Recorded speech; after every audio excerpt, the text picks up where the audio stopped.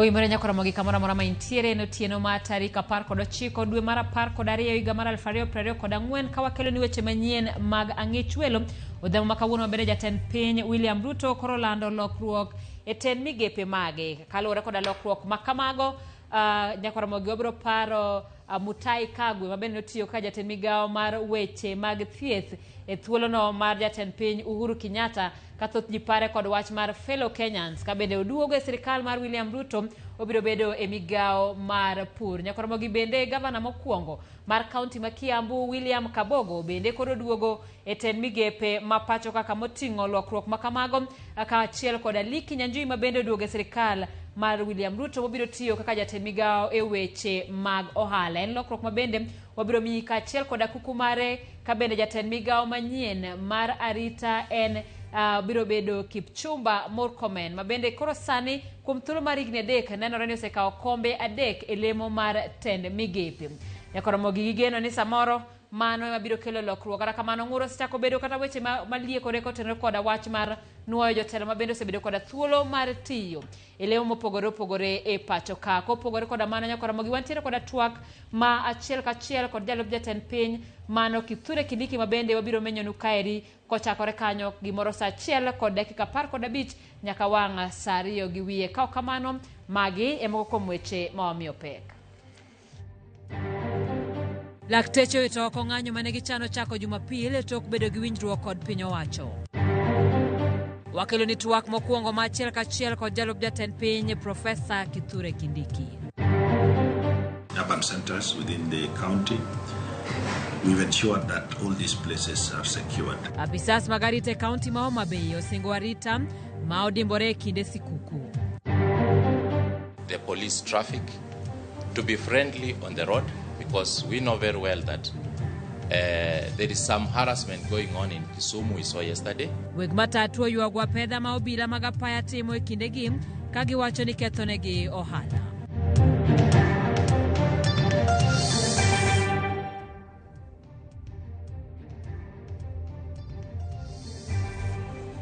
Machiegni Ramogi watudre e namba mar ote machuok maneri 36000 bende yudwa kanye mbui mag oganda yudore achiel kachiel e mbui mar Facebook Ramogi TV, yudwa e mbui mar YouTube, yudwa e mbui mar X, yudwa bende kanye mbui mar Instagram kaachiel kod mbui mar TikTok. Nyinga Simfrozo Kinda, jaloko marwa en Belinda Adhiambo. Kawachako ni lakteche mapacho ka wito oko ng'anyo margi mane winjore gichak chieng' Jumapil toketo winjruok kod piny owacho odhiambo masani. Lakteche kokalo kuom riwruok mar KMPDU nolando gonyo jotuo manie subtende Ngeso motelo ne chako ng'anyo. Wachni wadhi kelo ni matut sama wang' odonjonwa kod kuku mare Ramogi.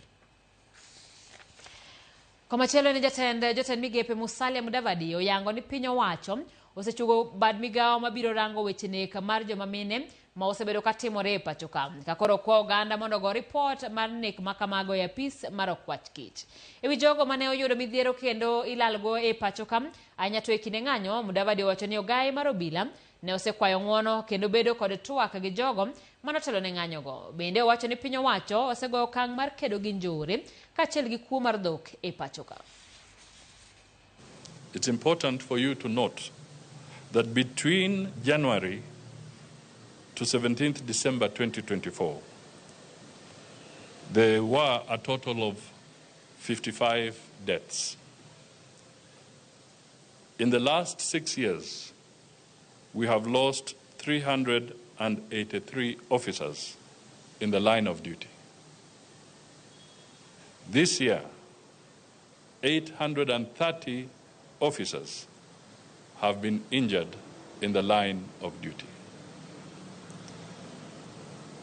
This is data that is critical because we sometimes forget that the security agencies are human. Jagoro mugirore migawo mar arita Laktar Raymond Omolo koro siemo wang' riwruoge mago ma ok mag piny owacho mayudo omenda kowuok kuom jochiw kony moko ni oneni omenda otigodo e yo makare. Omolo ne olero ni ber mondo riwruoge oneni omenda ok otigodo e siro timbe mag jore komedo ni piny owacho oseketo makare mar neno ni onge riwruok ma obayo yo. Laktar Omolo ne olero magi kinde mane oyuore nyasi mar sidho ayanga Lipot mar geng'o tiyo marach gi omenda makamago.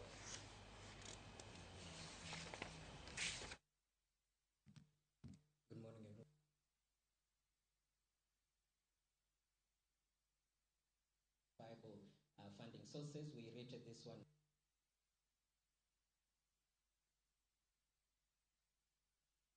The details within the report itself. In measures, we look at the laws in While the assessed threat level remain low to medium, we cannot afford to be complacent, and the risk assessment identifies key areas which in my view require our attention. And they include non-profit organizations operating in regions with active terrorist activities, particularly along our borders. Then number 2 is lack of adequate financing controls among some organizations. I'm aware we have a number of organizations operating as PBOs who for years have been unable to file their returns or even have disclosures on how they receive their resources. Obila osekuom tiyo gi teko mathoth kuom jopiny e kinde mag ng'anyo. Mae oyangi e romo mane obagi kod riwruok mar Amnesty International kaachiel gi IPOA e kar dak Manyalenda manitiere kaunti ma Kisumu. Jopiny bende noyudo tiegruok e yore mag ritore e sama gibago ng'anyo kama oting'o tudruok gi obila e yo makare mar duoko chien pogruok kod lweny mamuochga e kindegi. Riwruogo kinde LSK okwayo jong'ad buche okasielo buche mag hinyruok e kinde ng'anyo ahinya ma okel kod obila. Giwacho ni deko yudo ng'eto mag buche makamago nyayo lwenje mathoth e kinde ng'anyo kendo ketho tudruok e kind jopiny kaachiel gobila. More power to the people of Nyalenda, more power. Wabiro loso gi police, nkech police emosabedo ka gin rog kendo ndalo mang'eny waneno ka gihinyo ji sa asaya ma ji owuok ng'anyo. Wabiro nyiso gi ni gibe sheria biro chopo negi, wakelo IPOA kae kendo wadwaro ni gikaw hatua. Pok waneno ga Kisumu kae police mora mora momaki motere court kaluwore gi wach ng'anyo. Omiyo wan kaka oganda wabiro mondo wakwedgi e wang'gi, wanyisgi ni pod wabiro dhi mbele gi ng'anyo samora mora madwarre to kendo gibe nyaka gipuonjre tiyo gi kaka chik dwaro. We are here to tell the police that excessive use of force goes against the Constitution. We are here to tell the police that they must follow the law and not orders from above.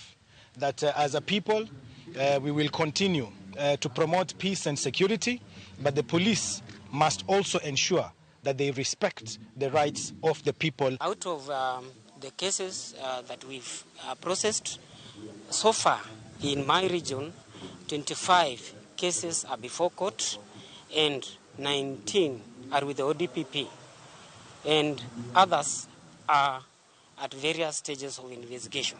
We are also requesting that the judiciary rolls out and accelerates those cases so that victims of police brutality can get justice.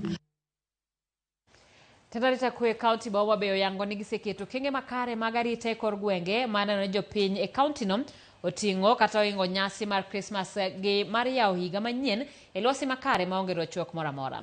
Kaka ripota mar Wale Abich lero, komishona mar kaunti no Moses Lilan bende ogolo siem ne weg nyamburko mating'o jowuoth mabiro dhi ataro gi chike mag apaya.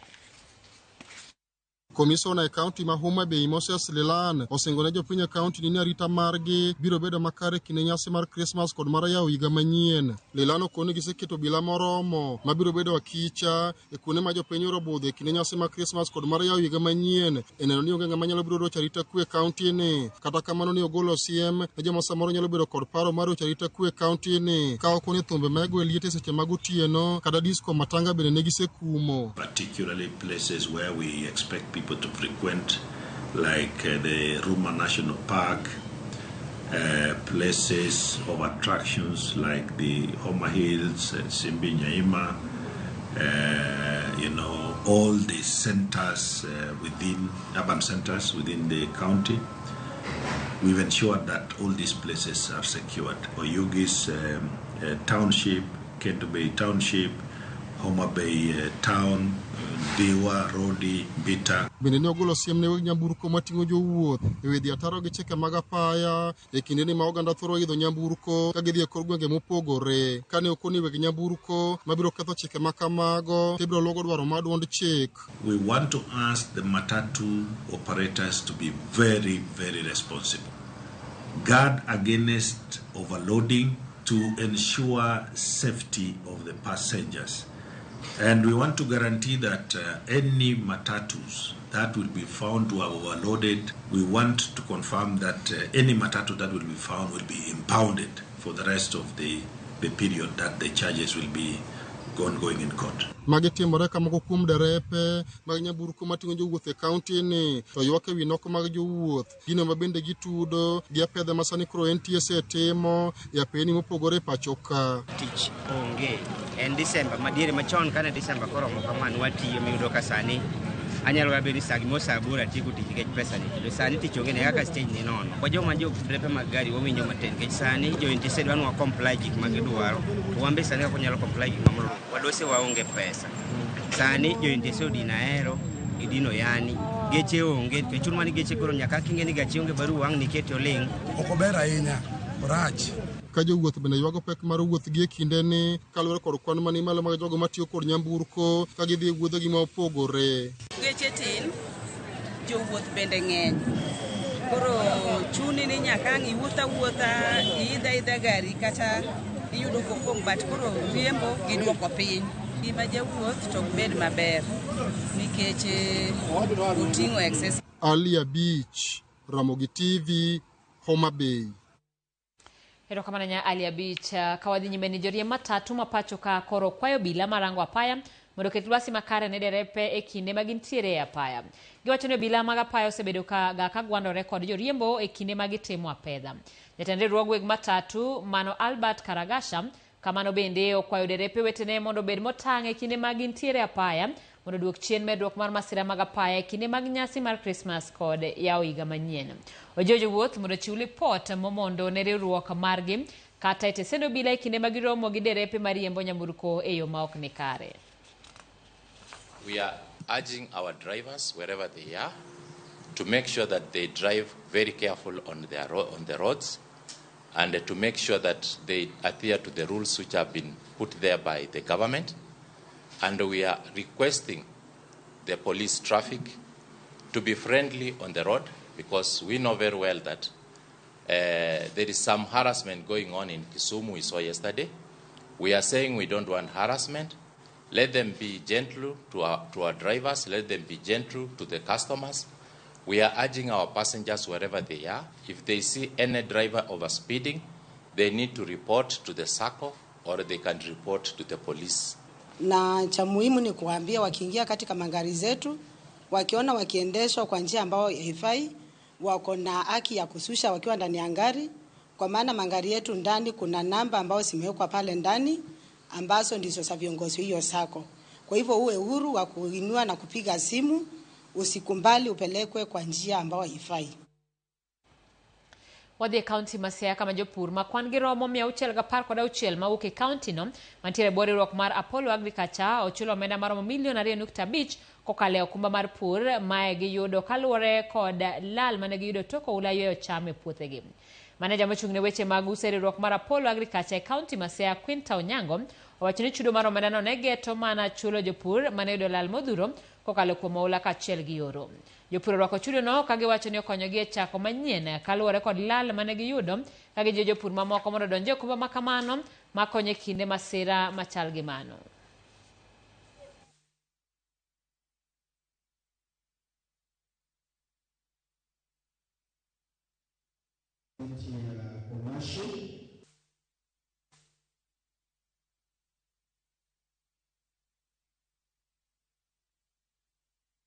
Kawuono wamor nikech jopur magwa dhi yudo yuto mar insurance. Wadhi jopur ma report ni nogido keyo maber, nwago simo office kuchocho, ma jogo motiyo gode wach insurance nobiro motimo investigation margi, ma wayudo ni kawuono wachulo jopur magwa. Loan ne madhi tama ni japur yudo pesa di, lakini koka insurance chulo 50% ma loan to japur be chulo 50% ma loan.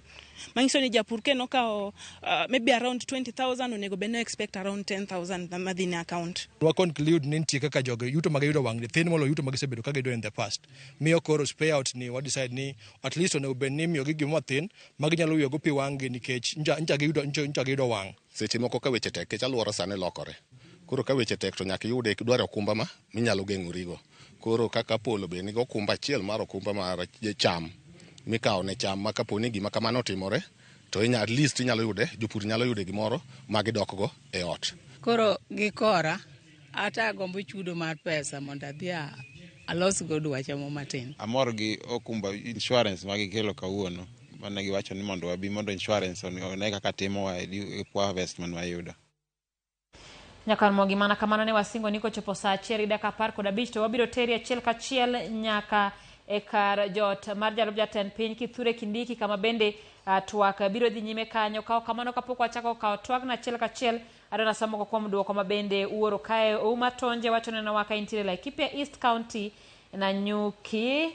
Bati Africana wacho ne oneno wa live ka intiere Nairobi. Weche manyien donyo makare kendo maler mokalo. Simfrozan lokruoge motime buch jotend migepego okaneno na gima gidhi kele pachoka. Koro penyo mara en niya, mane en jatend migawo mar pur Andrew Karanja ochako thich oko koso, to mane en jatend migawo mar tudruok Mikai Margaret Ndung'u ochako thich oko kose. Kwani jatend piny no chuno ni nyaka oduok lwedo nikech aparo ni gin gik moko mabende nyalo duoki. Kata kamano sa ochopo mar twak kendo adwa mondo miya wewe lwet reporter mar Citizen TV Mashirima Kapombe mabende en achiel kuom jofwambo matayo twak kod Profesa Kithure Kindiki. Ndani ya nchi hii leo kwenye mkao wake wa kwanza kama naibu rais atakuwa anawaelezea Wakenya kuhusu wadhifa wake mpya pamoja na agenda za serikali.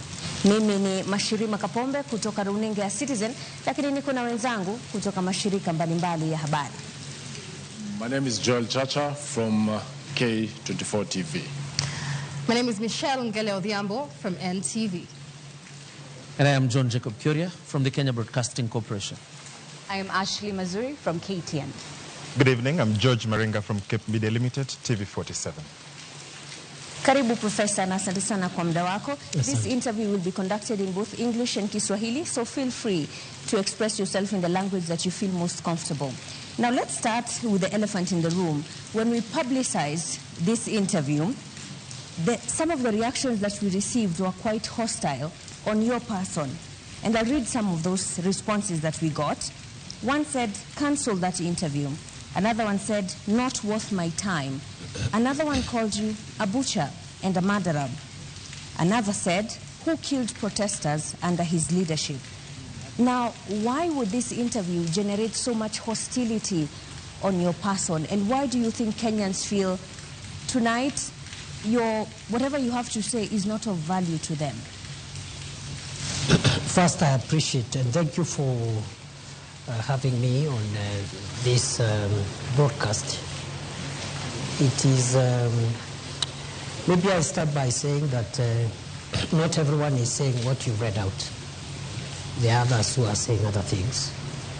But that is still okay because it is the right of the people of Kenya to express themselves on what they think about their leaders, especially political leaders. And therefore, mine is to confirm that because I've been in public life for a while, in various capacities, I have endeavored to do my best to my country.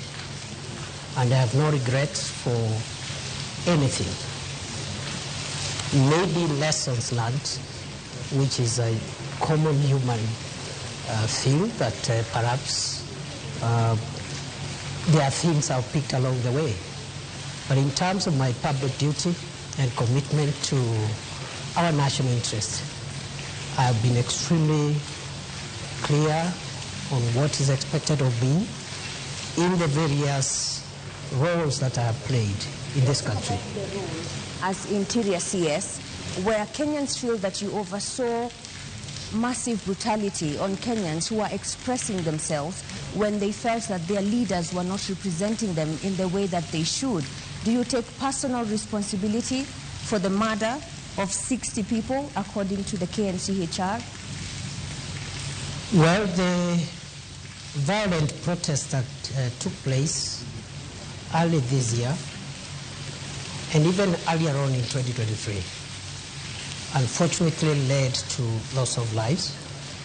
Some of those lives were lost in various ways, including through police action. I have no reason to take responsibility for anything, because the space of violence and encounter with law enforcement is a space which is defined by law. And the role of the Minister for Interior is defined in the Constitution, Article 245, on what that role is. That role includes providing policy guidance to the organs of internal security. The role of police operations are protected through the mandate of independent command of the Inspector General, and therefore police operations, especially in engaging protesters or people who are seen as breaching the peace, is the province for the independent command of the National Inspector General of the National Police Service. As far as I'm concerned, the 2 years I have been the country's Interior Minister, every single day of them, when I woke up to do my work, to make sure that the security organs of our country that protect our country from threats, security threats, perform their work, and should they require any policy guidance, that guidance is provided. And that's all what I can say for now. So you're saying tonight that you have no say whatsoever when the police misbehave? The Interior Minister has no role in police operations, according to Article 245. So you have no say whatsoever when they go wrong? As a professor of law? I have a say, and I said it. And the say is this, that police officers are allowed to use force, including lethal force, in exceptional circumstances. Should any officer violate the strict parameters of those circumstances, they are accountable under the law. And we say it many times, not once, not even in the context of the protests alone, but also in the context of the fight against terror and the fight against banditry and other organized crime. That any police officer who uses their firearm lawfully within the Constitution, including lethal force, has legal protection. But so any of them who exceeds the parameters of the Constitution is on their own, and the organs of accountability is not the Interior Minister. It is the agencies such as IPOA and the DPP and the rest. So who shot at David Chege at the precincts of Parliament and Erickson Chalo Mutisia? These two young men were not armed. Would you say that use of live ammunition was reasonable? I think the matter of the violence that occurred in Parliament and the unfortunate loss of life is a matter that which is actively being investigated by IPOA and other agencies. So it would be preemptive for me to tell you who shot the two Kenyans who unfortunately, according to the records, lost their lives in that context. So how far are the investigations? You're the DP now. You may have moved on to a different role, but it's definitely senior to... I'm aware that the There are two ways of conducting investigations. One is through the internal affairs unit of the police.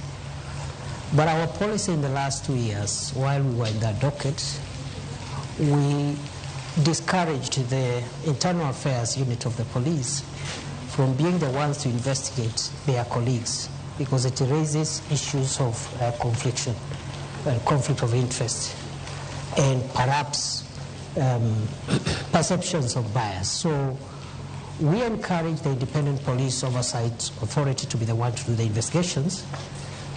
The report I had when I left the ministry is that they had made some good progress.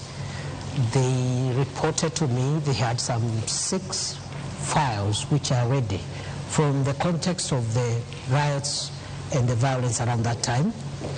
But there has been a transition in the leadership of IPOA right now. A new commission has just been put in place, and the work of IPOA is led by commissioners. It's not led by the Secretariat. So the delay in the last 2-3 months could be associated to the leadership transition by IPOA. Ashley and George, have follow-ups. Ashley? All right, Your Excellency, you have made a name for yourself as a defender of human rights. Are you proud about the events that occurred in June this year? I mean, this led to deaths of young, innocent Kenyans. Where does this sit as, to you, the professor of human rights, not as the deputy president, but as the professor of human rights? Any Kenyan, not to mention a professor of law, who would be proud by what happened in our country June, July, from whatever angle, would be inappropriately doing so. Because those events were extremely painful to the country.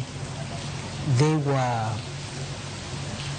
unnecessary, if I may say so, because there is a way of processing democratic encounters, and there is a way in which the balances between the protection of public safety and the expression of individual rights and freedoms must help us navigate peaceful and orderly society. So to answer your question, I wouldn't be proud at all. Mr. Deputy President, then what did you have to say to families who are still looking for their loved ones? For instance, on X, we were tagged and someone said, I always communicate with Peter Masharia's mom. Imagine she wakes up every day to go to the mortuary. Peter Masharia went missing on the 25th of June. Tonight, what do you tell those families that are still looking for their loved ones? To the families who lost their loved ones or whose loved ones are still missing, I would say that it's unfortunate that this country went through what it went through in June, July. I hope that our country has learned the lessons and we will not get there again, because losing a loved one, having a loved one missing for months, almost half a year, even for a day, is extremely painful. And therefore, as I said when I responded to this matter earlier on, maybe not on this forum, it is very unfortunate, and we, including myself, regret that our country went that direction and hope that we will not get there again. Yet when they look at you, Professor, they say you are the face of, disappearances, abductions, deaths and murders on young people in this country. Do you feel that you're struggling to shake off that tag? Not at all, because it is not true. So I don't struggle at all. So then Your Excellency, the families that were bereaved pleaded with the government of the day to help them with burial expenses. Did that happen? How much was spent? And there was a committal to compensate families that lost their beloved ones. What's the status of that, Deputy President? To the best of my knowledge, a number of families were given modest ex gratia support on a request basis and on a basis of confidentiality, because what the state does in a situation like that, when there is distress in the country. Citizens are facing distress. We go out of our way for ways of supporting, but normally that support is support which, first of all, is not budgeted for. So we have to look for ways of within the security budget absorbing some of those costs. And if I recall well, a number of families were supported on an ex gratia basis. The question of compensation is a little more complex and will require guidance, because no law would allow expenditure on compensation for events similar to what we had. I am aware, even in more extreme cases like terrorist-related deaths and injury, it is anticipated that victims of terrorist crimes and other violent acts would be compensated. And I think when we left the ministry, we were trying to develop regulations on the operationalization of Section 49 of the Prevention of Terrorism Act. And I think that can form a basis of thinking of how else or in which other circumstances perhaps extreme cases of loss and injury could be compensated. So that's a discussion we are having, and I'm more than willing to follow up. Even in my new role, nothing prevents me from following up and ensuring that in justifiable cases which are defined by law, where injury or loss happens and the law allows, then compensation can ensue. So this evening you're telling Kenyans that the bereaved families will have to wait longer until the law is developed. And I'm not actually asking for specific families. These are public resources for purposes of accountability. Once again, how much was spent to settle the burial expenses? I wouldn't know, because it's not, you know, there's no vote called burial expenses. There's no vote like that. So this is ex gratia support, not just for these cases, many other cases every day that the state deals with are done ex gratia within the security operations budget, and therefore it's not possible to pinpoint this amount was used for burial because of the lack of a specific vote line. On the time frame for compensation? What about? What time can they wait? For how long can the law be developed? I am not sure, but we will do our best to make sure that cases where we form consensus, national consensus that require compensation are onboarded, because even in the extreme and glaring cases of terrorism, I've told you, is there's taken, I think now, quite a number of years since we enacted the Prevention of Terrorism Act to operationalize that section. So I'm hoping perhaps within the year, within the coming year, we can work with the new leadership in that ministry and other stakeholders in the normal way government works and process perhaps regulations on the operationalization of some of these issues. As to whether that can be expanded beyond terrorism-related incidents, that is a discussion again which we can open up to stakeholder input and have it dealt with.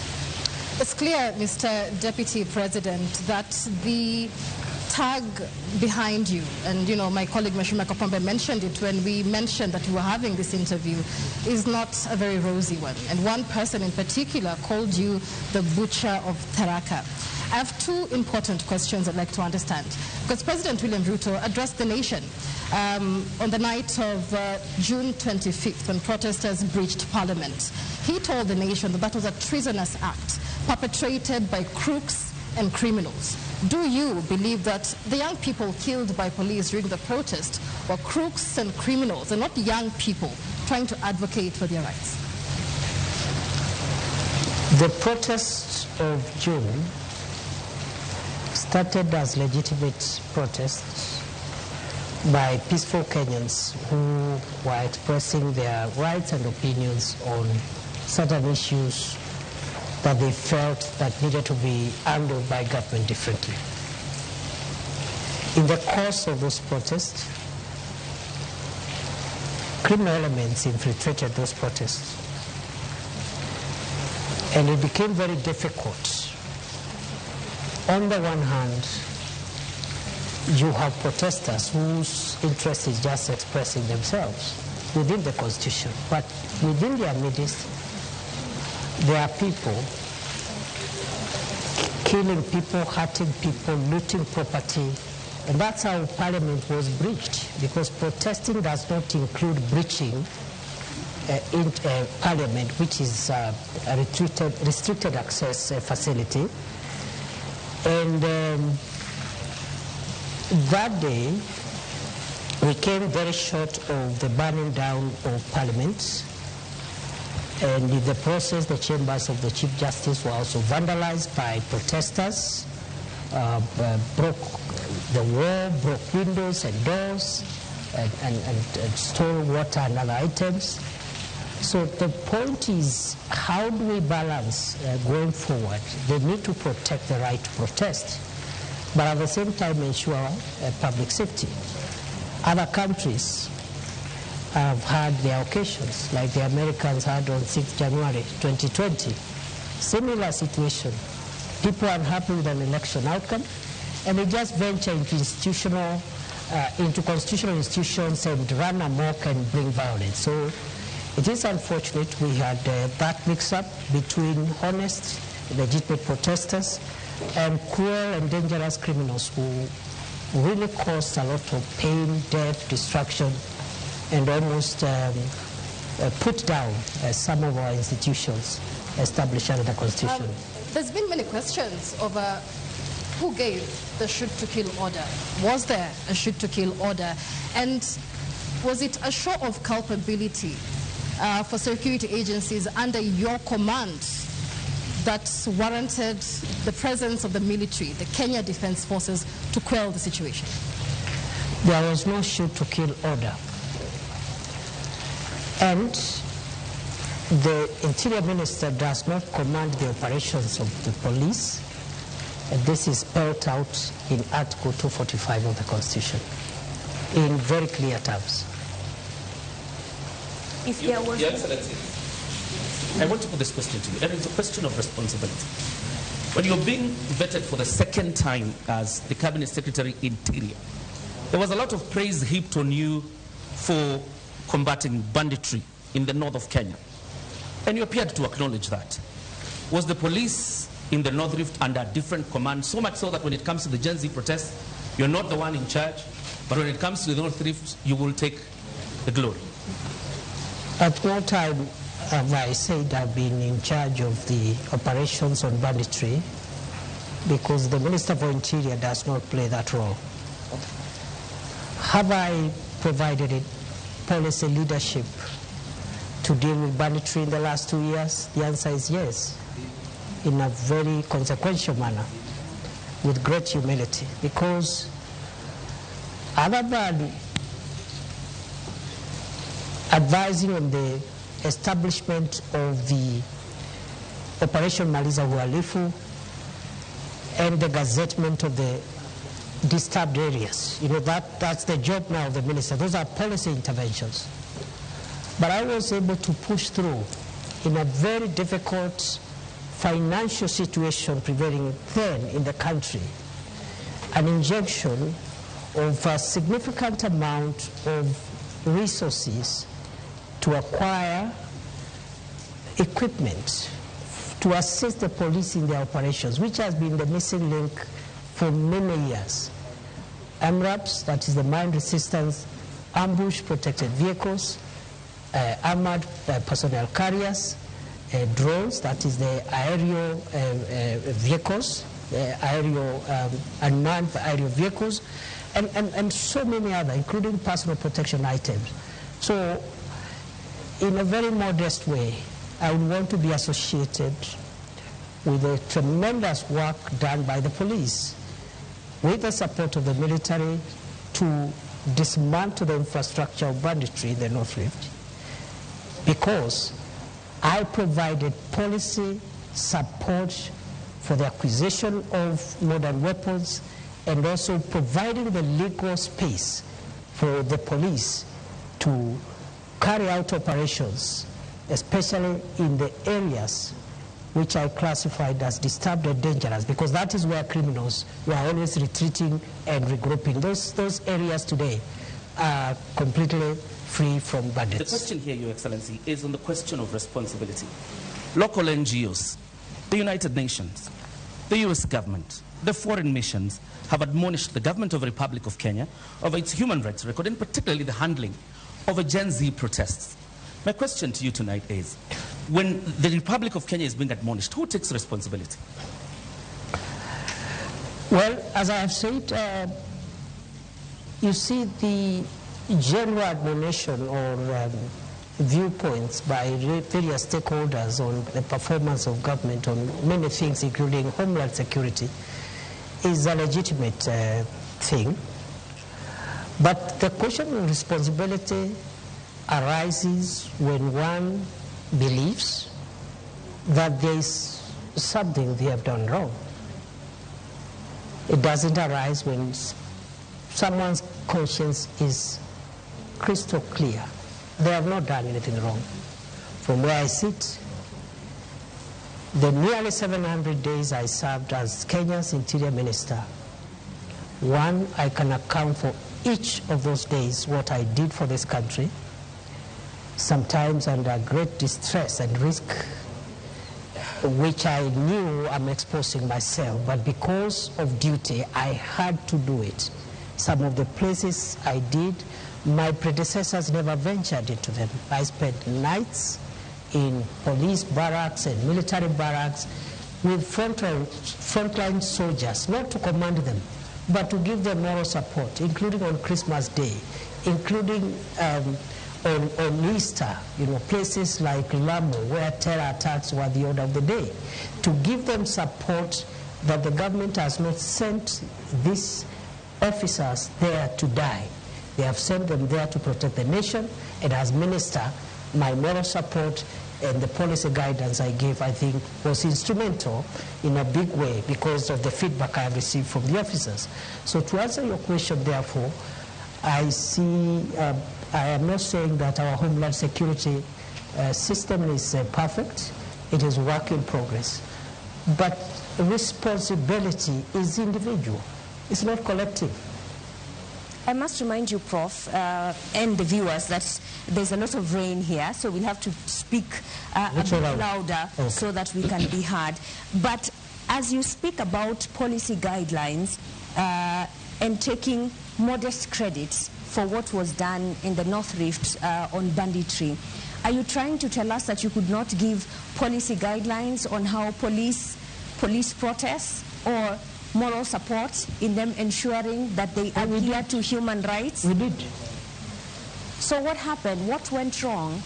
What went wrong is what goes wrong when maybe, the operations, security operations are intense and emotive operations. It's not somewhere where an officer will be told, when you reach there, do this, do the other. So what we have are general policy guidelines.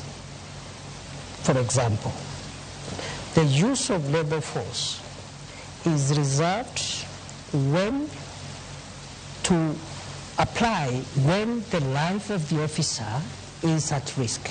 So was any officer's life in danger? Allow me, Professor Kindiki, was any police officer in danger when David Shege and Enoch Chalo, Erickson Chalo Mutisia only had a flag and they were dancing outside Parliament? What threat did they pose to security officers at Parliament? That is a matter under investigations. If the circumstances you're reading out there is what happened, the officers will be accountable. It's as simple as that. And how long will that take? as soon as IPOA completes the investigations and forwards the files to the DPP. Criminal investigations are complex. They involve scientific assembling of evidence. It is not enough to rush suspects to court only for cases to collapse, and it is not uniquely a Kenyan issue. Criminal investigations, especially in a complex endeavor like the situation we're referring them to, take a bit of time, and therefore I'm hopeful that... Why were the police in mass?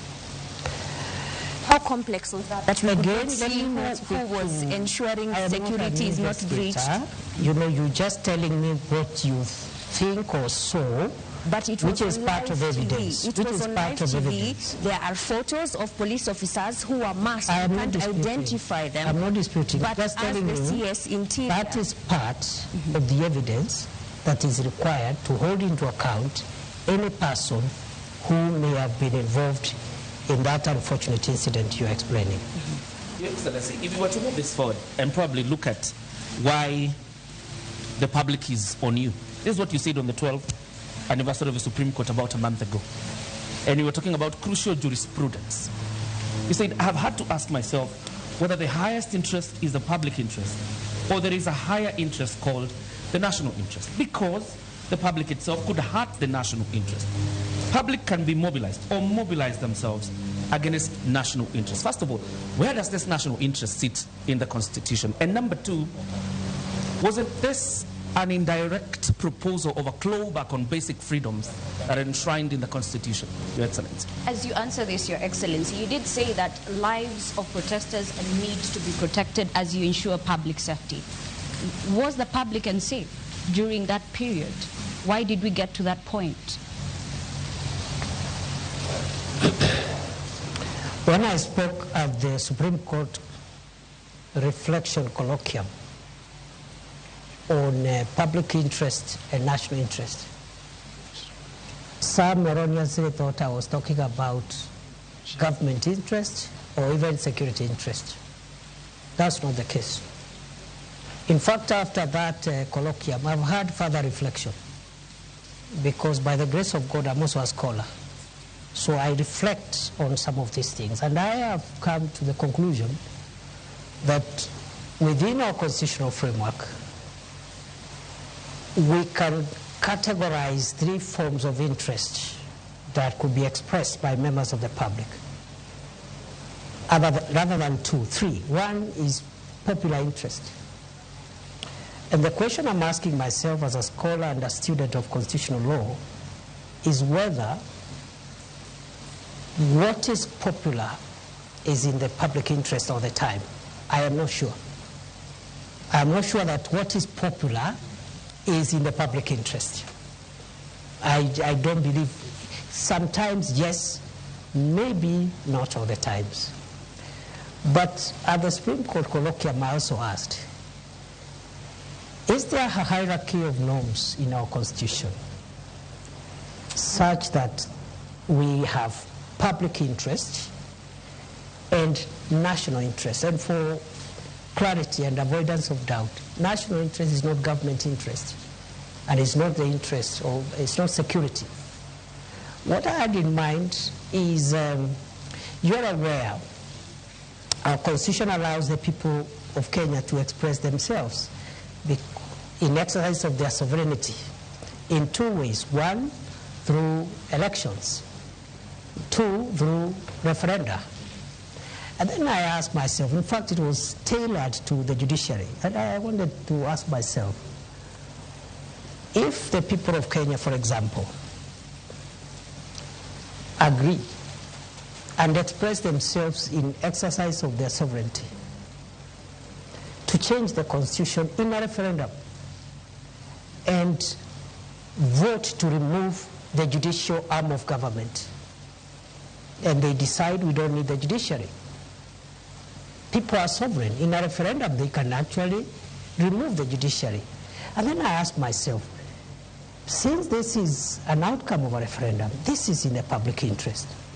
But is it in the national? Is it in the national interest that really you can have a modern country a democratic country without a judicial arm of government? But these are two different scenarios, DP, because this was about taxes that Kenyans felt were unfair, and their leaders At the were Supreme not Court, listening to I them. was not talking about the protest at all.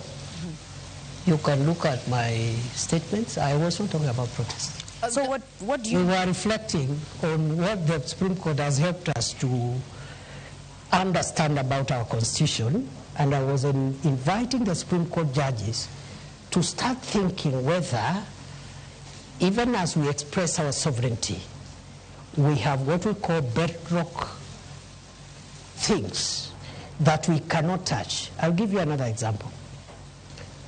If the people of Kenya meet and in a referendum, they overwhelmingly vote, so it is popular, it is in public interest, and they vote to change Article 4.2 of the Constitution that says that Kenya is a democratic multi-party state and creates a monarchy or another form of government that is not democracy. It is in the public interest. It is popular. It's in the popular interest. But is it in the national interest? My answer is that it is not. So within the Constitution, there are things you can change and still not change the DNA of our Constitution. There are others, once you touch them, the DNA of Kenya as we know it changes forever. That's what I was discussing. It's very interesting that you mentioned that, Your Excellency, because during your vetting, following your reappointment as Interior Cabinet Secretary, you are on record saying that you will specify designated protest areas, potentially undermining the right to peaceful assembly outlined in Article 37 of the Constitution. How would you justify limiting spaces where Kenyans can express their grievances at a time when the government is facing mounting criticism, and why? That is the practice in all democracies. Show me one democracy where people are free to express themselves anywhere, anyhow, anytime, notwithstanding the rights of other people, including traffic, the right for traffic to flow, and so forth. I have been, before I became minister, I was an academic. And for about 12 years, I traveled to about 100 countries around the world. So I'm very familiar with many democracies. Many of them, including the Hague, where I spent almost 7 years in the International Criminal Court trials.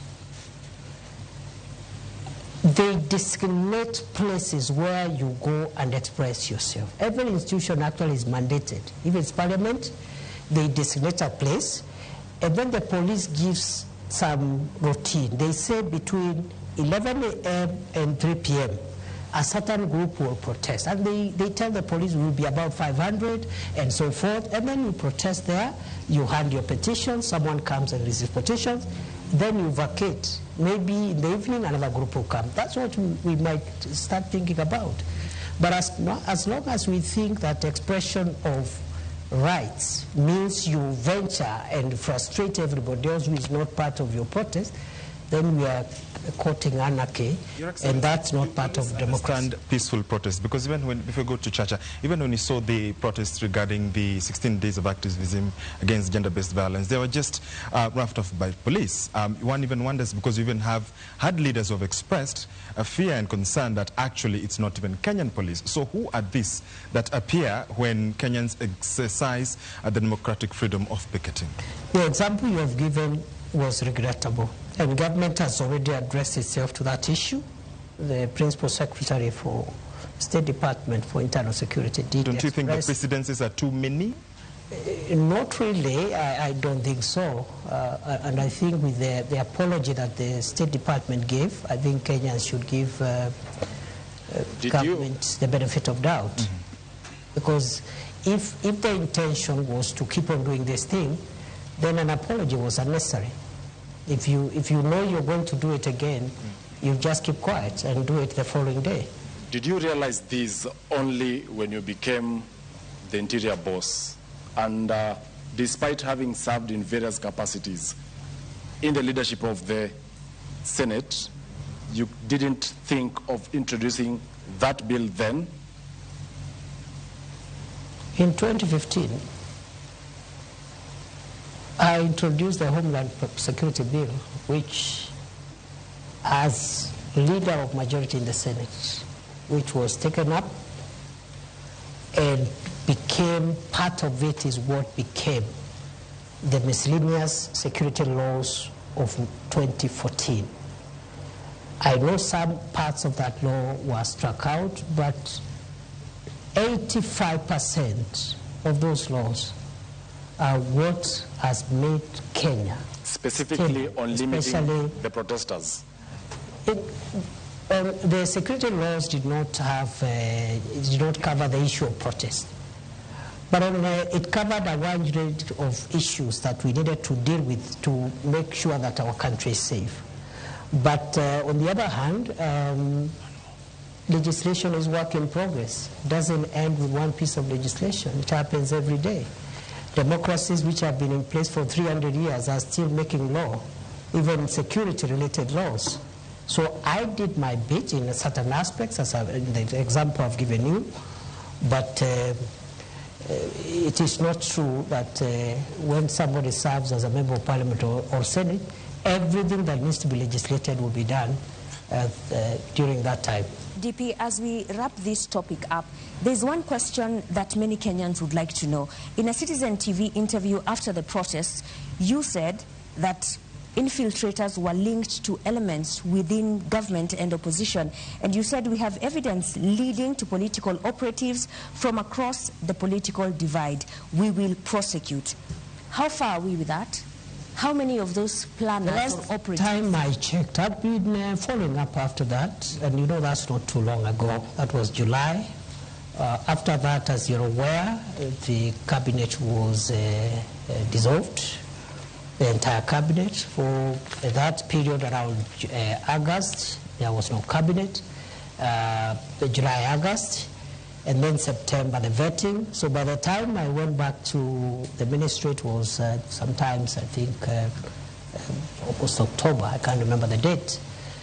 And we are following up on that process. As much as I know, a number of people have already recorded statements, and as far as I know, a file was forwarded by the DCI to the DPP, but it was returned to seal certain gaps that have been discovered by the DPP, and therefore that is work in progress. As I said, criminal investigations take long, but I'm sure there will be accountability for everyone who may have either incited violence or taken advantage of the peaceful protest to infiltrate that democratic process. But you said you have evidence. Why should it take long? Or is it only a preserve of the political class? That evidence, I have just told you that it was presented to the DPP, and the DPP said it was not enough to convict. You can have evidence which is not enough to convict. I could believe, okay, that the evidence is enough, but the DPP was the final say in qualitative and quantitative evidence, is the one who has the police to do more work if we have to sustain prosecution. So the police didn't do a very good job, that's what you're saying, in the investigation? This is routine, it happens every day, not just in Kenya, all over the world. The police do their work, and that's why there's that two-tier mechanism. So the DPP looks at it and said, no, we need to fill this using the elements of crime. You need the evidence of this. So we cannot say the police didn't do a good job. It happens every day. Thank you. Thank you very much. We would like to move to the next topic, which is your ascension to power as the Deputy President and the politics around it. And this session will be led by Ashwin Mazuri. All right, Your Excellency, did you play a role in Rigathi Gachagwa's ouster? No. Then are you proud of the process, the impeachment process that many said were flawed that led to your ascension to power as the Deputy President? The process you are referring to, I think, involved three arms of government: the executive, the judiciary, and the legislature. To that extent, to the extent that constitutional institutions were involved, and are still involved. I see no problem with that process, and if there is a problem, there is a way of remedying that problem. What about the right to fair hearing that he did not get? That is the matter before court, unless you want me to discuss the merits of the matter before court. So then what's your relationship between you and the ousted, impeached deputy president? As it was before. Are you friends or not? We are good people, we're good friends. I have no reason to complain in the past, present, and even in the future. Was there a handover? Yes. An official handover? Was there an official handover? There wasn't an official handover because the former deputy president is in court. You wouldn't expect him to hand over if he's in court. Your Excellency, which IEBC cleared you? Did you take your papers there? How were you cleared by the IEBC? There's no requirement to clear a deputy president who ascends to office by virtue of Article 145 read together with 150. But what requires the clearance of IBC is the president and the deputy president in an election. The President's memo to Parliament, Your Excellency, indicated that your nomination was cleared by IEBC. There was no election. I assumed office through a process different from a process following an election. Is it an indictment of the judiciary, Your Excellency? Because the former deputy president, through a court process, is actually outside. We have the governor of Meru, who is in office, even through a similar process. What kind of jurisprudence is that creates two forms of justice in your own understanding? And this is from a point of view as a law professor. First, the two cases you have cited were beneficiaries of court injunctions. The only difference is in one, after the inter partes hearing of the matter around whether or not the injunction should be preserved. In one case, the court found that the injunction needed to be lifted. In the second case, which also there has been an injunction, the court found yesterday that there is no need to lift the injunction. That's the only difference. And it happens in courts all the time, not just in Kenya, all over the world. In fact, the finding of one court is in many cases overturned by the next court the following day. So there is no inconsistency whatsoever. That is judicial practice. A judge, even one bench of 3 judges, one judge will say this, 2 other judges will say different things, on the same subject matter, same articles, same evidence, same parties. That's how. That's the independence of the judiciary is not just institutional. It is individual. It's decisional. Every judge carries decisional independence.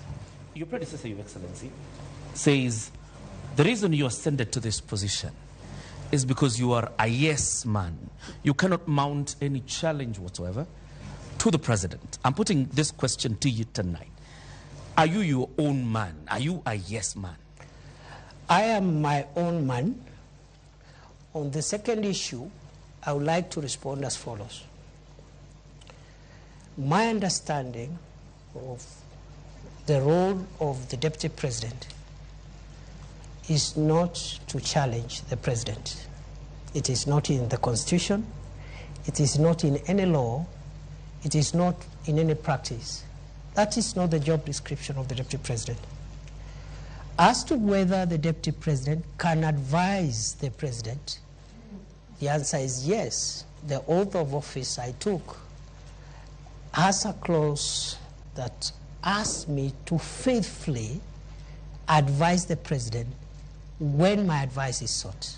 So then where does your allegiance lie? To the people or your appointing authority? My allegiance lies on the oath of office I took. You look at the oath of office, it will tell you where my allegiance is. And are you proud of the people of Kenya, to the nation and the national interest? And when my counsel is sought by the president, I must give it faithfully. And faithfully doesn't mean that I do it on the podium. Does it but it means I have to be faithful, and faithfully means it could be different from what the president thinks. DP, are you proud of the manner in which you became deputy president? In 2022, you were a front runner to be running mate to Dr. William Ruto, but you did not get that position. And you actually said you were going to take a break from politics. Are you now proud that 2 years down the line, you are the one who has taken that position after the impeachment on the person who was picked over you? I have no regrets for my occupying this space because I have no reason to regret.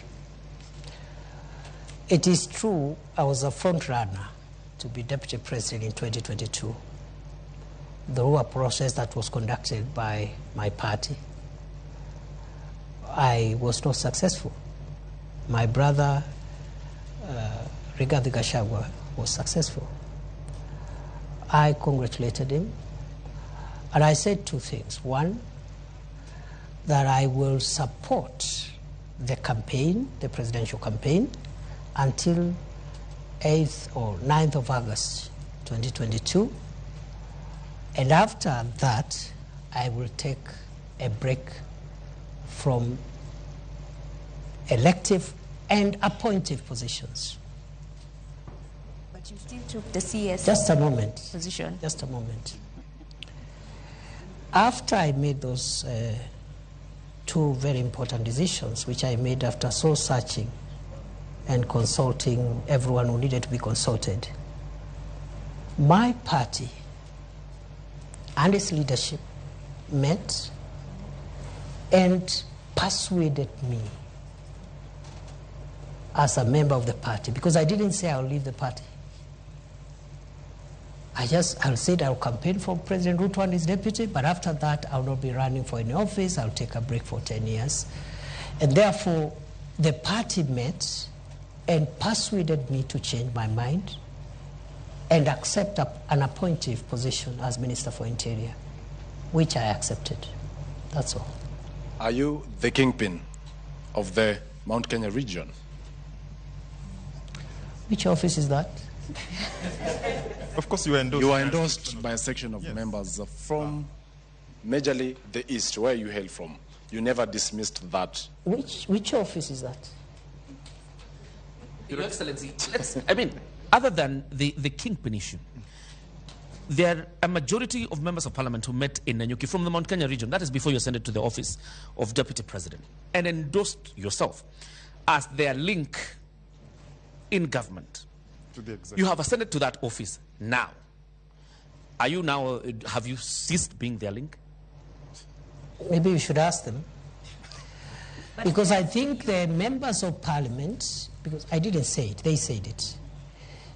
So maybe they can say it again if they wish, but to the best of my recollection, those members of parliament had expressed frustrations in getting their constituency development agenda through to government because of the breakdown of relationship they had with the former occupier of this office, and therefore they asked me whether I could convey their needs to the president. And because I was a member of the cabinet, I saw no problem with that. But whether or not they will continue asking me to convey their messages, it's up to them to decide. Your Excellency. Sir, you come from that region, the Mount Kenya region. Tharaka Nithi, where you come from, is nestled in Mount Kenya region. I want to know, because Kenya Kwanza had promises it made towards the people of that region. So who will be pushing for the implementation of these promises? That region, like other regions in Kenya, has very many elected leaders. The office I occupy now as Deputy President is an office of the Republic. Unlike other leaders, for example, who have a subnational mandate.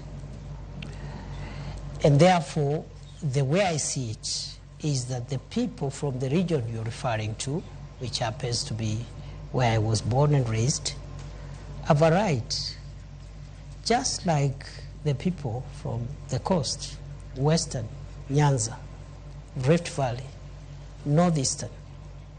They have a right to use this office, because it's a national office, to channel their needs, interests to the government.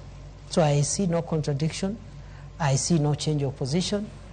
And the only thing I don't understand is this thing about the kingpin or something. I don't understand it because there is no office like that. Well, and are you still hopeful, and do you think there is a possibility of you becoming William Ruto's running mate come 2027? How would I know? Your Excellency, then you've talked about development and, those members of parliament using this office to lobby for development. Shouldn't then development be a democratic right so that then there is no need to lobby and to push for it? That's not true. The reason you have subnational representation of political leaders, members of the National Assembly, members of the Senate, their mandate is subnational. A member of the National Assembly represents the interests, priorities of the constituency where they are elected. Of course, in the context of a broader national perspective, because some of the things that they want them passed are not projects and programs, they are legislative in nature, and you require the parliament as a whole to support you. For example, recently we had a Sugar Act sponsored by a member of parliament from Western Kenya, where sugar is mostly grown. But it required the votes of the member for the members from Northeastern Coast, where there is no sugar, and Central, to pass it. So the point is this. It is not true to say that a member of parliament does not need to articulate the interest of their people because they are elected purposely for that. They are elected to articulate those interests and convey them either to the executive, to the legislature, and make sure that those interests at that local level are realized. During your inauguration, when you took oath of office, your boss, the president, Dr. Ruto, said he felt he was a lone voice in the executive. From your interaction, 50 days in, is he still a lone voice? And perhaps you interact with him, he's your boss. I really don't know. Do you think you're fulfilling? I really don't know do you think you're fulfilling how he's feeling? Yes. Because again, that's not in my place. I wouldn't know how he's feeling at the moment. All I can say is that I'm doing my best to do my constitutional duty. That constitutional duty is being principal assistant to the president, and also helping him in the delegated assignments that he has given me. And I'm doing my best. How he's feeling now, I cannot be, it's not in my place to tell you how happy he is. Or do you think he's confident of what you're doing? Is he happy with what with your work? I have no reason to doubt that he's confident. You've been deputy president for only 50 days now. What would you say is the qualitative difference between you and the former deputy president, given that the operating environment hasn't changed? It would be very improper for me to start comparing myself with my brother, the second deputy president. The president has spoken very highly of your leadership and your contributions, as my colleague George Maringa here says. If the president feels that he has accomplished his key goals and decides not to run for re-election, would you consider running yourself? Do you believe that you have what it takes to run the country? That question is an unfair question. Am I allowed to complain? Why is that? It is an unfair question. Because I have just been entrusted with a very serious and grave national responsibility.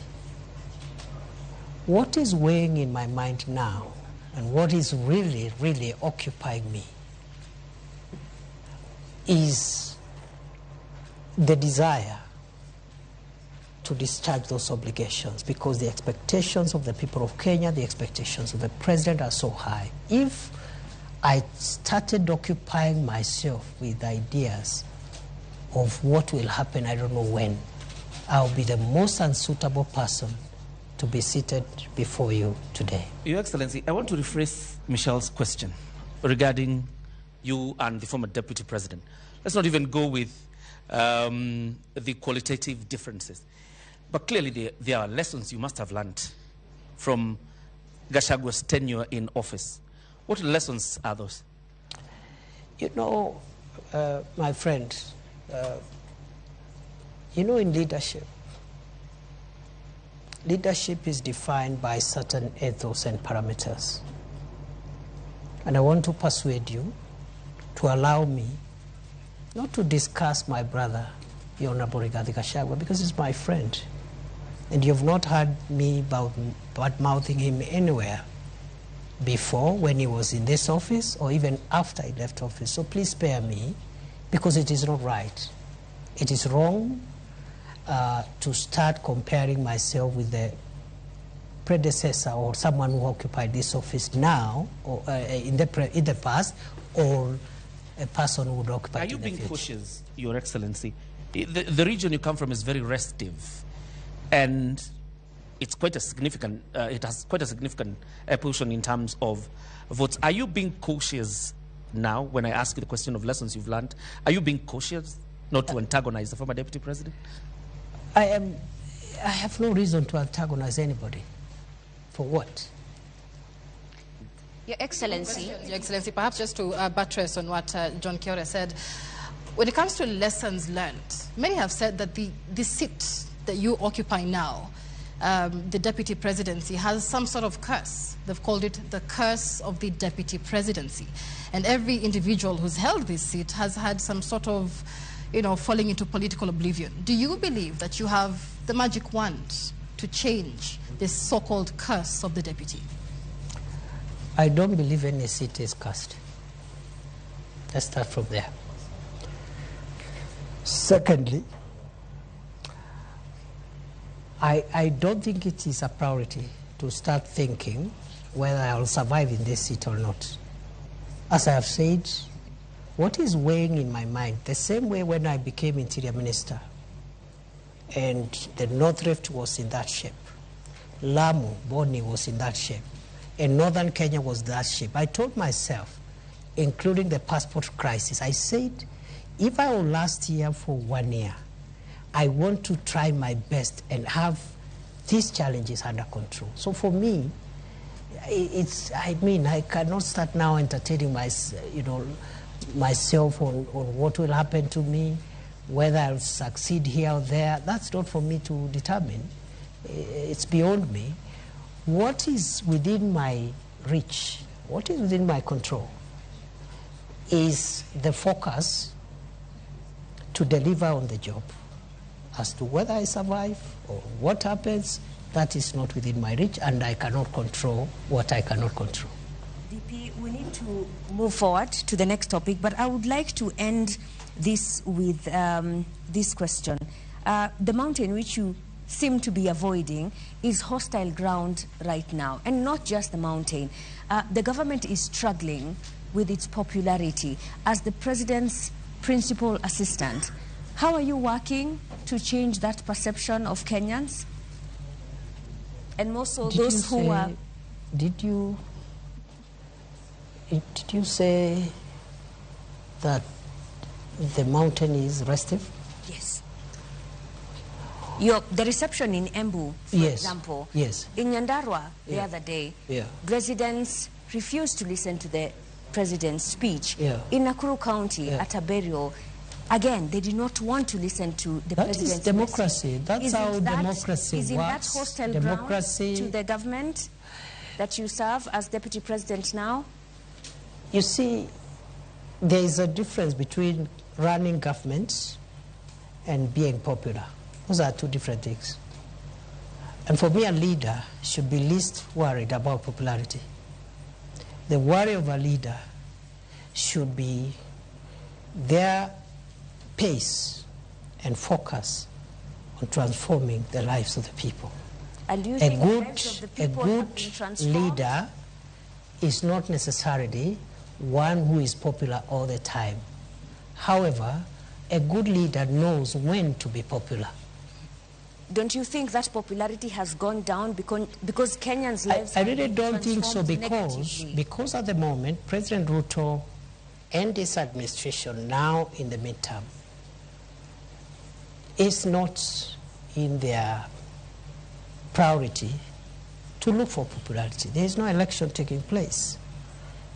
The task of the government now at midterm is to track the pace of delivery, where there are gaps, seal those gaps, and just deliver on the commitments. The time will come when there will be popularity contests. And let me tell you, for avoidance of doubts, that is not President Ruto's worry. I also don't think that should be the worry of this administration. If we start worrying about popularity now, we'll lose it, time will elapse. We could even win the election next time, but we will not have delivered as we ought to deliver. Your Excellency, and that transformation that you're talking about, Ashley, allow me, is what brings us into the next topic, which is about the economy, and Joel Chacha is going to lead that session. Well, the government of the day boasts of a 2.8% inflation rate, which is a 17-year low.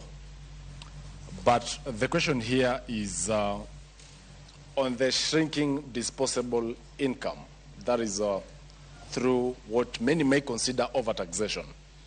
And the purchasing power, hence, is low. How are you working to ensure that there is money in the pockets of Kenyans? Thank you.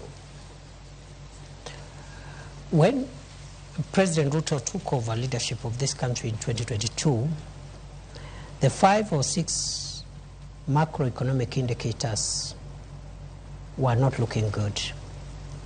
And I need to clarify now that I have this opportunity. Many people think when we project that time frame so that to show the distance we have covered, we are casting aspersions at the previous administration. That is not true. Kenya got to where it was in 2022 because of factors mainly beyond the control of President Uhuru Kenyatta, because the country's economy was shut down for nearly 2 years by COVID-19.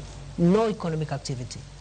And then, of course, the war in Ukraine, which affected the global supply chain of wheat and other oil and foodstuffs, and many other factors. So when we refer to 2022, it is not political. It's just a fact. And in any case, that's the only way we can explain what we have done. Now, straight to your issue. The macroeconomic indicators were bad.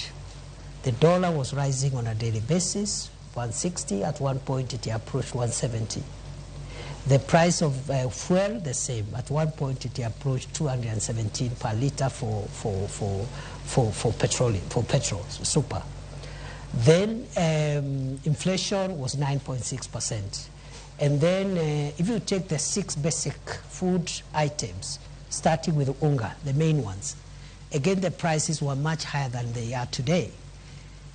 Today, essential commodities, 2 years later, are down significantly. Just to give unga as an example, from 240, 250, 230, depending on the brand, to now something between 95 and 120, depending on the brand, maybe 120 something. Number two, the foreign exchange stability has been realized for more than a year now, from the high of 160 plus to now 127, 129 for some time.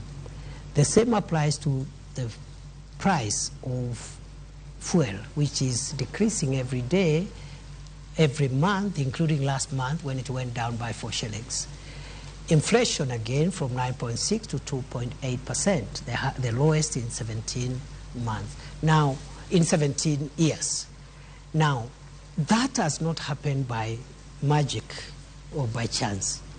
It has happened because of policy interventions, subsidizing production as opposed to consumption, the fertilizer subsidy, and so many other interventions in various sectors that has managed the macroeconomic situation. It has taken 2 years But flashback to 2002 when President Kibaki took over, when we had similar situations at the exit of President Moi. It took President Kibaki 6 years to bring back macroeconomic stability. President Ruto has taken 2 years, by the grace of God. So the 2 years look a bit long, but in the context of what has happened in the past, I think this is a bit of a very good trial.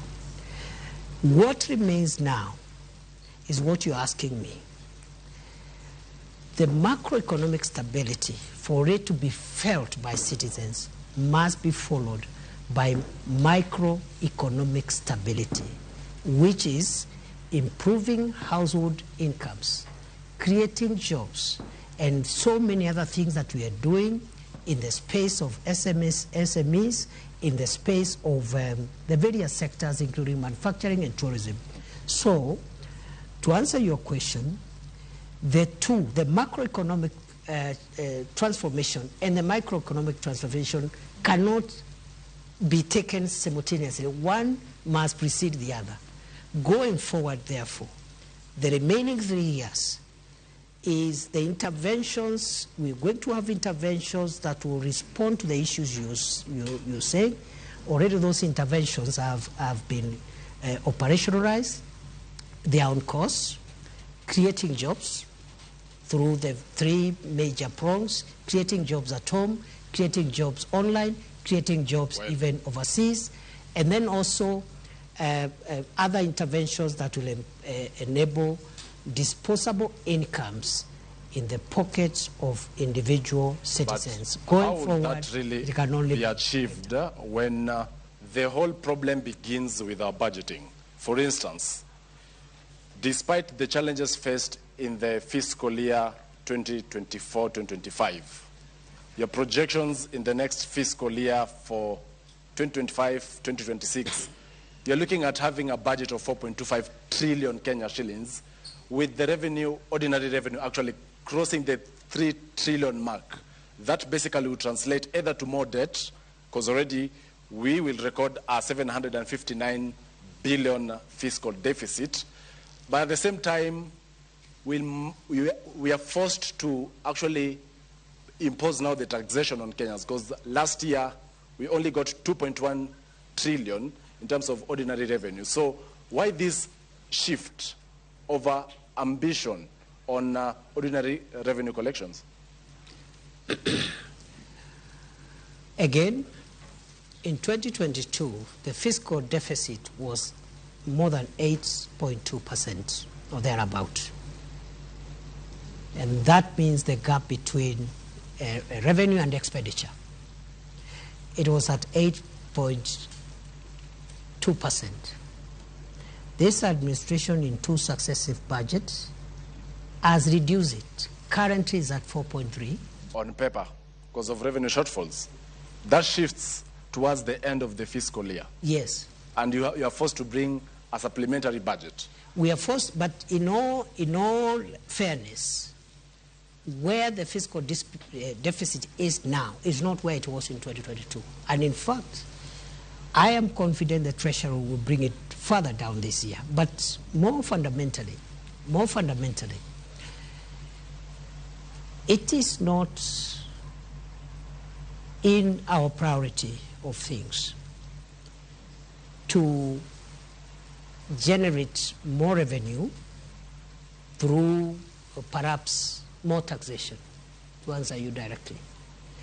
What we are doing is that we are reviewing tax policy, because that's where you can still get more revenue, not by imposing new taxes or higher taxes, but by adjusting certain tax policy instruments that gives you more revenue. You heard the Minister for Finance and the National Treasury the other day explaining how the Treasury is entertaining a possibility. Of course, it has to go through public participation, of even relooking at VAT, what the VAT should be like, maybe try to bring it down, and other taxes, as one of the 5 pillars this administration is putting in place to ensure that tax is a bit more accommodating, more people are bearing the burden of tax without necessarily compromising revenue. Number two, Kenya's debt right now is in a better place than it was in 2022. 11.3 trillion is better? It is better in the sense that, you know, debt is calculated in two ways. First, as an absolute figure, which is what you're citing, but also as a percentage to GDP. And in other words, many countries... At what percentage is it? Already at distress, 68%. You call it distress, it's not. If it was, the IMF would have said so, and I'm sure the IMF has not said so. Yeah, Your Excellency. They are just warned us that we need to make sure that it doesn't enter into the red zone. But 55% plus or minus 5 is what is allowed by our law. The point is, it's not even about percentage also alone. Many countries, including developed countries, are highly indebted. The US, for example, the US debt is about almost 120% of GDP. Japan is 250% of GDP. 248, 250. So and many other countries. Singapore's debt also is in the hundreds. However, what we need to do, let's agree that what remains ahead is that our revenue generation measures must not lead to higher taxes. It's not a must. Number two is that the area of debt, we need to be careful so that Kenya does not enter into the unsustainability zone, and we are managing that. DP, naomba kidogo, wakati ambapo tunazungumzia masuala ya uchumi, kuna wengi ambao wanahisi kwamba mnasema maneno mengi, maneno makubwa makubwa, lakini la msingi ni kwamba biashara nyingi ziko katika mazingira magumu. Wengi wamefunga biashara zao, wengi wamelalamika kwamba hawawezi kuendeleza biashara zao kutokana na zile sheria ambazo zilizoko na zile sera ambazo zinatolewa na serikali. Labda unaweza kuwaeleza wale wanaokutazama leo hii ambao wameshindwa kuendelea na biashara zao, ni mikakati gani kama serikali mnaweka ili kuhakikisha kwamba hizi biashara zinaweza kuinuka na wanaweza kupata pesa mfukoni? Asante sana. Ni kweli biashara nyingi zinapitia changamoto nyingi, na ni kweli wananchi wakiwemo wanabiashara wamelalamika na pia wametoa mapendekezo ya sheria ama sera ambazo wangetaka tuziangalie upya. Najua ya kwamba hivi sasa Wizara ya Uwekezaji na masuala ya industry ama viwanda inaongea na KEPSA. KEPSA ni ile private sector alliance ama kikundi cha wanabiashara katika sekta ya binafsi. Wanajadiliana kuhusu mambo mawili, na jana wamekuja hapa kunipatia mahali wamefika katika majadiliano. Ni leseni gani ambazo tunapaswa kuziangalia upya, na vile vile masuala ya ile levies ambazo zinatolewa na mashirika mbalimbali. Kwa hivyo swala hili la ugumu wa wanabiashara wetu ni swala ambalo tunaliangazia, tunajadiliana na wale ambao ni washikadau, na serikali iko tayari kutoa mwelekeo ama sera mpya za kuzingatia uboreshaji wa biashara. Ile jambo ambalo nimesema, manake watu wanakwenda Krismasi hawana hela mfukoni, watakula nini sikukuu? Unajua hayo majadiliano sio ya Krismasi, ni ya kurekebisha. Januari kutakuwa na hela za karo zinazohitajika. Pia hiyo mjadala sio wa maneno ya karo, ni wa kurekebisha idara zetu na ili biashara zetu zipanuke. Nataka niwahakikishie kwamba nimesema jana waziri wa viwanda na uwekezaji pamoja na wakilishi wa shirika hilo ambalo ni la wanabiashara wameniambia wako katika mjadala, na Januari ni nimeambia hao waniletee ile ripoti yao ili tuipitishe ama tuijadilie katika baraza la mawaziri. Kwa hivyo mwakani tutakuwa na mfumo mpya, sera mpya, sheria mpya za kuboresha biashara.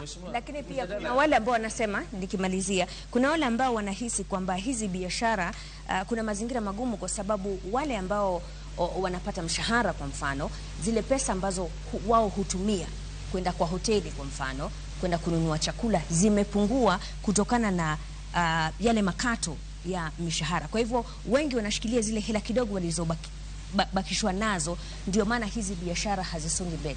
Unasemaje kuhusiana na hili? Unajua, nimesema ya kwamba Wizara ya Hazina ya Kitaifa imesema ya kwamba iko na mambo manne ambayo inataka kushughulikia ili kujaribu kusawazisha maneno ya kiuchumi na kuhakikisha wananchi wamepata nafuu ya kiuchumi katika household, yani katika individual level, sababu tumekuwa tukikabiliana na mambo ya kijumla. Sasa tunakabiliana na mambo ya kibinafsi, na kati ya hayo majadiliano kutakuwa na sera mpya za mambo ya ushuru na mambo ya kibiashara. Lakini la muhimu zaidi ni kwamba katika hayo majadiliano ni lazima tujue ya kwamba ile ushuru ambao unakatwa, kwa mfano katika mambo ya bima ya afya, unaweza kuwa unapunguza kidogo mshahara wako kama mtu ambaye ameajiriwa kazi, lakini ile bima ambayo ni ya kila mwananchi itapunguza zile arambe za kimatibabu. Kwa hivyo wewe labda pesa yako imepungua kidogo, lakini hizi arambe 5 ama 10 ulikuwa unaitwa kwa sababu uko na mtu kwa familia yako na shida ya figo, shida ya moyo, arambe zikipungua, there is a net off. Kuna vile hiyo mkato imekunufaisha hata kwa njia zaidi kuliko vile ilikuwa, because ile swala la naibu rais, lakini unapozungumzia masuala yote, licha ufanisi huu wote, we've seen the President Dr. Ruto say we are proud that our sister country of Tanzania is now leading in our business engagements. The success of Tanzania is the success of East Africa. Businesses have been, closing shop and going to neighboring countries. So you're speaking of this, and KEPSA has talked about it, that the government seems not to be listening to those who run businesses, that they're escaping to other countries. I've just told you we are having a conversation with KEPSA. Why don't you call them after this interview? We did speak a few weeks ago with should have told you that they are engaging. And he did say that, whereas that engagement is happening, it is not... two areas. Yeah. One is the regulatory. They say there is multiple regulation, or what they are calling over-regulation. The second issue on the table is on taxation. We are a bit careful because the issue of taxation, we would rather have it in the broader tax policy and other fiscal issues that are being discussed and spearheaded by the National Treasury than just to take just that business community and handle their taxation issues without the context of looking at tax as a general issue. I really need to ask a question on the tax regime, because today there has been an announcement that there is a task force that has been formed to get to the bottom of why businesses are closing down in the Republic of Kenya and relocating to other countries. Your Excellency, doesn't that sound absurd? Why do you need a task force to establish why businesses are closing when all you can blame is the taxation regime? You need to, because this is something that has happened for the last 20 years. It has not happened this year. Just look at which organizations have left Kenya when. The last 25 years. And that's why the contribution of our manufacturing sector to GDP has dropped from as high as 12% many years ago to 7.5% on the pending bills. So it's an accumulated problem, and I think there are no quick fixes. The best way to do it is to just analyze all the factors and bring recommendations that will last us another 40, 30 years.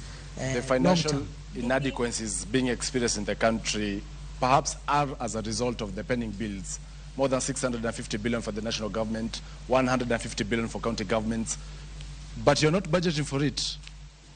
Do you promise Kenyans that as soon as the pending bills verification committee concludes its work, you're going to settle the pending bills? We will implement the recommendations of the pending bills verification committee. Thank you.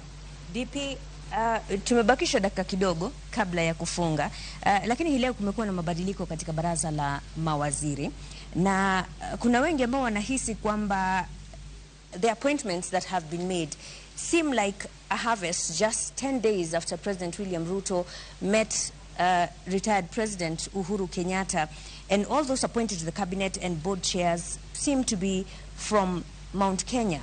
What is this about? You know, the cabinet, appointments, dismissal, reassignments, if you look at Article 32, is the prerogative of one person, the president. So I'm sure the changes that the president has made have been made in exercise of that prerogative and to advance our country's national life in the weeks and months to come. I cannot directly associate themselves with the political developments, but also I have no reason to disassociate themselves from any political development, because the president has made it clear that for the country to pull and rally itself to do the heavy lifting, there is need for a broader political consensus. It started with the inclusion of the partnership with some of the ministers who were appointed, who were allies of former Prime Minister Raila Odinga. The ministers and parastatal chairs who have been elected, who have been appointed today, many of them worked under President Uhuru Kenyatta. That is in the spirit of broadening political consensus so that we can focus not on political competition and the quest for political survival, but on pulling the heavy agenda that we need to pull to transform Kenya and carry everybody. But there are those who many Kenyans feel duped or betrayed by the Kenya Kwanza administration, because during the 2022 election campaign, the hustler narrative was the cornerstone of the Kenya Kwanza administration, a break away from traditional political dynasties to more ordinary Kenyans, right? But the appointments being made recently by President William Ruto are people or individuals from established political families. It looks like the Kenya Kwanza government is running away from the hustler narrative back to the dynasties to save the day. Why is that? As any of the ministers and parasito chairs who have been appointed today coming from established political families. They do come largely from the Mount Kenya region, especially. Sorry again? Sorry again? They do come, many from the Mount Kenya region, many who've been in government before, and you remember the call, especially during the Gen Z protests, was to drain the swamp, to have something new in the Kenya Kwanza administration. I don't know what you call something new, because even the ones who have come are new. They were not there, they are new. Allow me to rephrase her question, because this is what Kenyans feel, that the political class has regrouped and forgotten about what Kenyans want. What would you tell them tonight? I don't think so. First and foremost, as I said, this is no time for politics. Let's start from there. That time is coming. And we will all do politics and do it so well.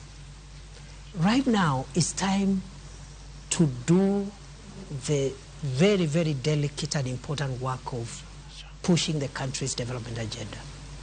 So the issue of, I don't know, who has betrayed who has regrouped with who, for me, the timing is wrong.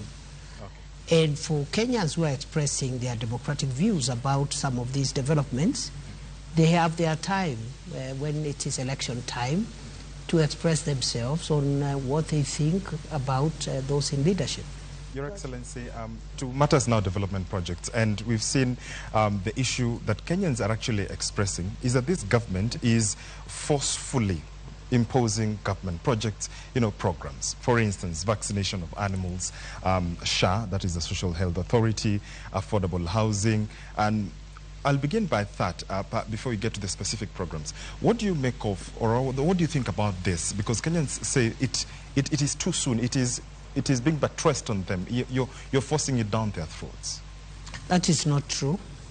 Maybe it's a misunderstanding, because has anybody been arrested for not doing anything? What the government is doing is it is doing its obligations to the public. The government's obligation to the public is to work for the national interest. The national interest in this matter includes, for example, universal health coverage, making sure as many Kenyans as possible have medical cover, because many homes have been rendered poor. Even people who had something, they have sold everything to pay for medical bills, especially when it is chronic and critical illnesses. Okay. Many poor people live by chance.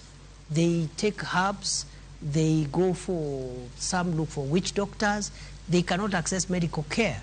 So we are saying, what government is saying is that it is in our interest as a country that every Kenya has an insurance, a medical insurance. It is not taking people to court for not having a medical insurance. Those are two different things. Okay, fine. The same with vaccination. What the government is saying about vaccination is that we have certain targets as a country to grow the livestock and that value chain around livestock and livestock products.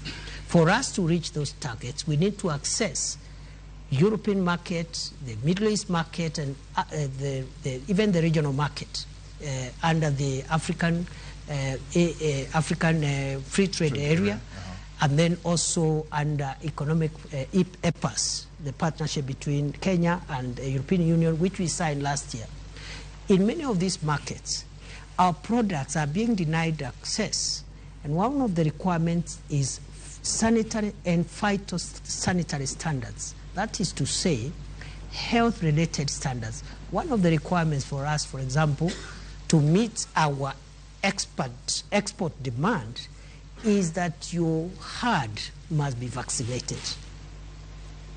And what we are rolling out is a vaccination program which has always been there for 40 years, but because there has been no campaign, high-level government campaign, we've been vaccinating about 10% of livestock. So many of our livestock are rejected when we take them out either as live animals or beef because of the vaccination question. So it is purely a disease control issue. The vaccine is developed by Kevevapi in Kabete, by Kenyan scientists. It has always been used.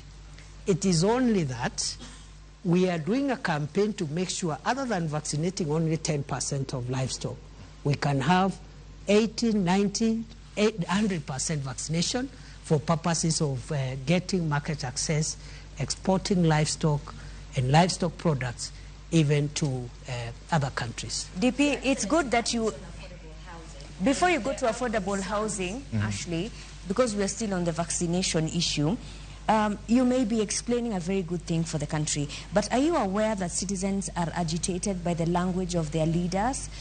Is there a more decent way to explain your programs and not seem like you're forcing it down their throats? And I'll give examples. Adani Consolation, the president said it is people who have never been to the airports that are complaining.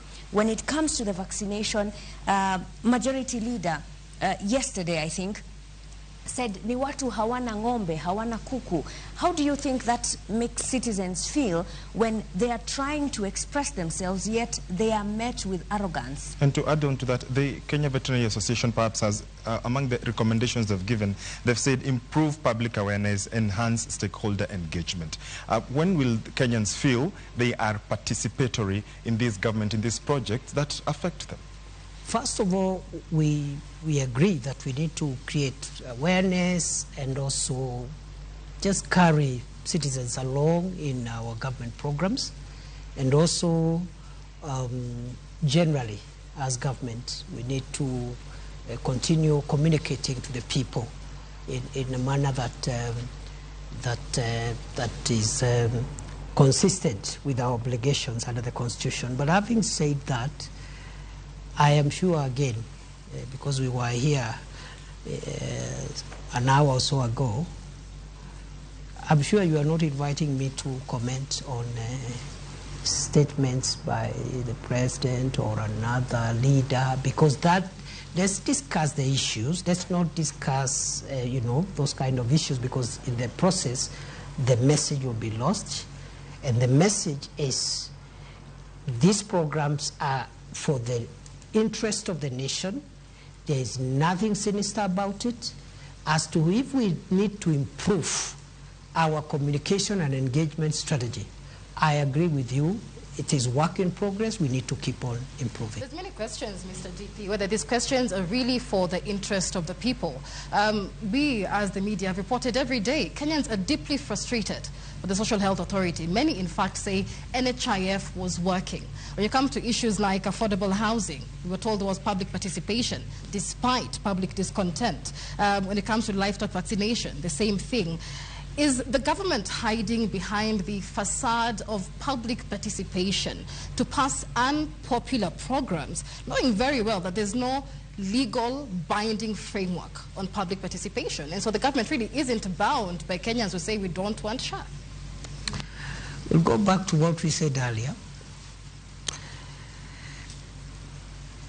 The government must continue listening to the people and getting input from the people. But the government also has a duty to carry out programs for the transformation of the country. Some of the programs that will transform Kenya may not be popular now, but they'll be popular sometime. So Singapore, for example, which many people praise, one of the factors and anchors that took Singapore where it was among other anchors is the housing anchor. And today, if you look at Human Development Index, Singapore is up there, and one of the variables is housing, because almost 99% of everybody has a decent home. So, and it was very popular at the time when the Singaporean leader was bringing this program. It was very unpopular. In fact, it had a component of compulsory savings.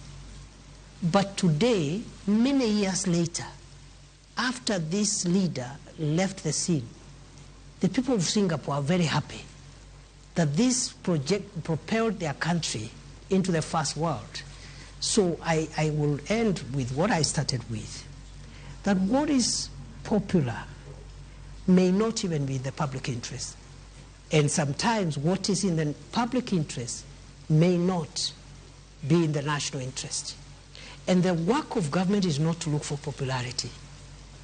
Popularity is a function of elections, which we do every 5 years.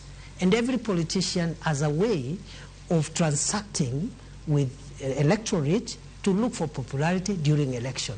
In between here, it is to engage the people, listen to the people, which we are doing. In many instances, we may not be perfect because government is a human endeavor. Like any other, we are not 100%, but we are continuing to listen. And as the President said during the State of the Nation address, listening is a full-time occupation of every leader. Thank you very much. And therefore, these programs may have the kind of, the consensus is not yet there, but they will transform Kenya. And many years later, when many of us who are in this space are not even here, Kenyans will come in succeeding generations, will be grateful for the housing program, the universal health program, the agricultural reform program, and all the other programs that this government is rolling out for the transformation of Kenya. Thank you very much, Deputy President, Professor Abraham Kithure Kindiki, for your time. And I think Kenyans tonight will be waiting to see what will happen next in terms of how you listen, how you communicate, and how you take action after you have made promises. Asante sana. Mimi nimekuwa wako Mashirima Kapombe kutoka runinga ya Citizen. Joel Chacha kutoka runinga ya K24. Michelle Ngele Odhiambo, NTV. John Jacob Kuria, KBC. Ashley Mazuri, KTN. George Maringa, TV47. Usiku mwema mtazamaji.